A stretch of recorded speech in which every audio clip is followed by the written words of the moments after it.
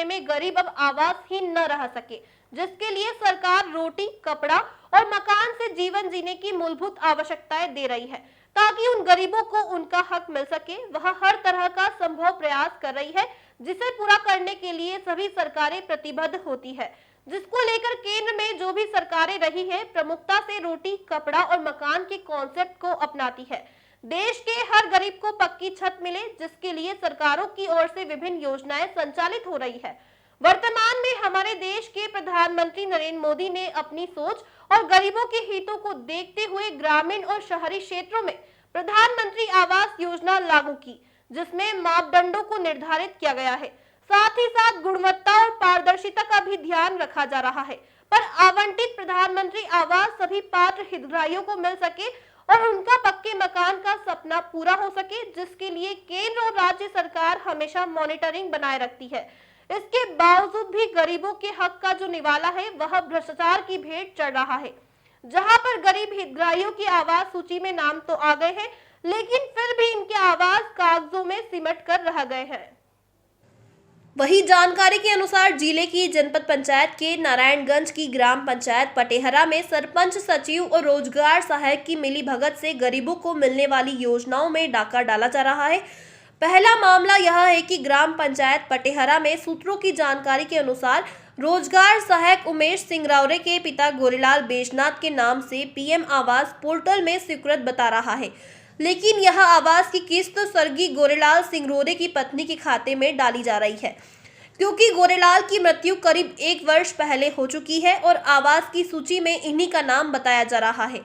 लेकिन किस्त स्वर्गीय गोरेलाल की पत्नी के खाते में दिनांक 30 जुलाई 2022 को जियो टैग कर पहली किस्त 25,000 रुपए डाल दी गई, जिस पर हितग्राही ने प्लंथ का काम नहीं किया और पंचायत रोजगार सहायक की मिलीभगत से अपने पिता के आवास का जियो टैग फर्जी तरीके से किया गया। साथ ही 5 दिसंबर 2022 को पंचायत द्वारा किया गया और द्वितीय किस्त भी हितग्राही के खाते में 45,000 दिनांक 5 दिसंबर 2022 को फिर से डाल दी गई। जब इस संबंध में शिकायत आने लगी तो आनंद फानंद में रातों रात प्लंथ काम कराया, जिसकी जांच के बाद स्पष्ट हो गया कि प्लांथ पूरा नहीं था।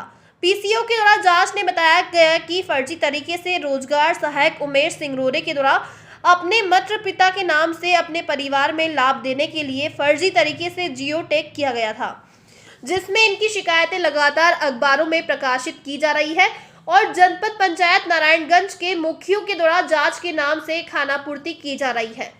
पंचायत द्वारा ऐसा क्यों किया गया कि आवास की स्वीकृति किसी के नाम तो किसी और को जारी की गई।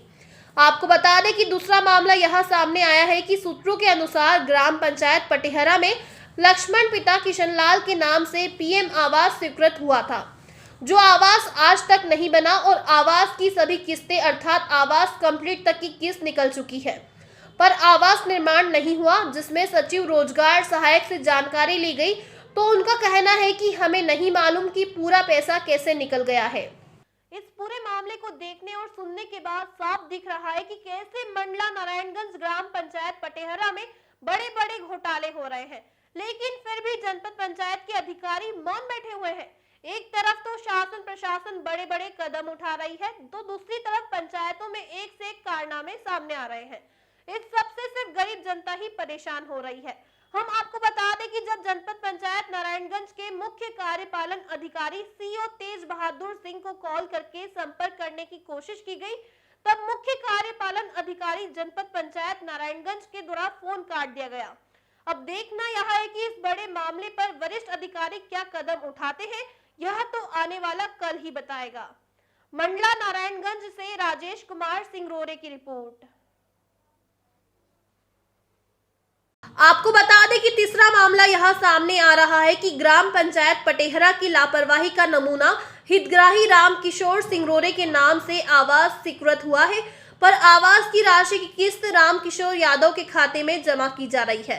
साथ ही चौथा मामला यह सामने आया है कि पीएम आवास इमलिया बाई पति स्वर्गीय शिव नारायण सिंह रावरे के नाम से स्वीकृति हुई, जिसकी किस्त 25,000 रुपए किसी दूसरे के नाम पर डाली गई, जिसमें वह व्यक्ति राशि खर्च कर लिया, जिसकी शिकवा शिकायत और सीएम हेल्पलाइन लगने पर आनंद फानंद में पंचायत सचिव रोजगार सहायक एवं पीसीओ द्वारा इमलिया बाई के लड़के अखिलेश सिंह रोरे से ही पैसा यह कहकर लिया गया कि अभी तुम सीएम हेल्पलाइन कटवा दो और 1-2 दिन के लिए हमें 13,000 रुपए हमें दे दो, हम वह पैसा आपकी माँ के खाते में डाल देंगे, जिससे उनका आवास का रुका हुआ काम शुरू हो जाएगा और आपका पैसा 13,000 1-2 दिन में आपको वापस कर दिया जाएगा।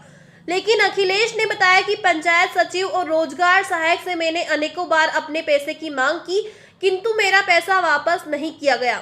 यह मामला पहला नहीं है। रोजगार सहायक के द्वारा हितग्राहियों के से पैसे की डिमांड भी की जाती है और उनसे अभद्र तरीके से बात भी की जाती है। ऐसा लगता है कि सचिव एवं रोजगार सहायक ही अपने घर से प्रधानमंत्री आवास योजना का लाभ दे रहे हैं। जब रोजगार सहायक से संपर्क बनाया गया कि प्रधानमंत्री आवास योजना में इतनी भ्रष्टाचारी क्यों हो रही है, तो उनका कहना है कि तुम्हें जो लगे तो कर लो, मुझे फर्क नहीं पड़ता। लगातार प्रकाशित खबरें हो रही है और शासन प्रशासन जांच के नाम से खानापूर्ति कर रही है।